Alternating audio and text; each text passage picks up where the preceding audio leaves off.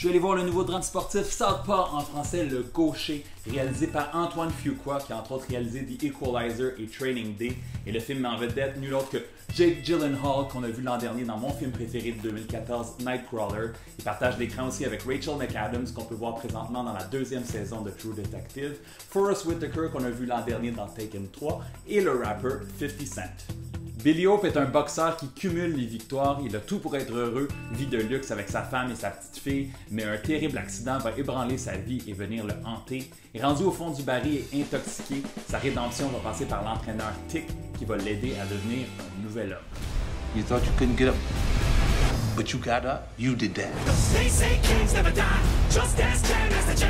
Just grow wings and they fly. So hands up, reach for the sky.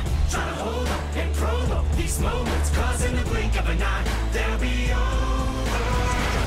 They say Billy Hope can't make it. Billy Hope is over. This is your time. This is your moment. Let's go! Southpaw est un film que j'avais très hâte de voir. Malheureusement, le scénario est assez prévisible, mis à part un gros punch qu'on nous dévoile dans la bande-annonce. Est-ce que c'était vraiment nécessaire? On tombe parfois dans les clichés, Billy Hope, le nom du boxeur, Billy l'espoir, subtil. Par contre, on a le droit à une bonne réalisation, surtout pour les scènes d'entraînement et de boxe qui sont bien chorégraphiées et filmées. Pour ce film, Jake Gyllenhaal s'est entraîné pendant 5 mois, 2 fois par jour. Il est en excellente forme physique, mais il y a plus que ça. Il incarne son personnage à merveille, on oublie que c'est lui et sa douleur transperce l'écran. Je le redis, Jake Gyllenhaal est un des meilleurs acteurs de sa génération. C'est une question de temps avant qu'il ait son propre Oscar. Une seule nomination jusqu'à présent en 2006 pour Brokeback Mountain. Sa petite fille dans le film est jouée par Una Lawrence, qui est vraiment très bonne, et certaines des meilleures scènes du film sont les scènes de discussion entre Billy et Tick, jouées par l'excellent Forest Whitaker. Et pour ce qui est de 50 Cent, mais...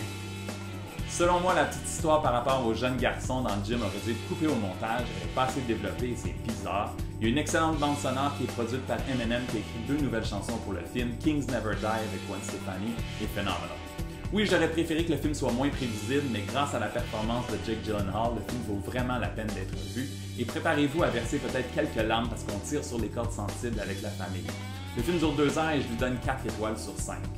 Ah oui, si vous ne me suivez pas encore sur ma page Facebook, vous pouvez aller cliquer j'aime, vous pouvez aussi me suivre sur Twitter et laissez-moi vos commentaires si vous avez vu le film.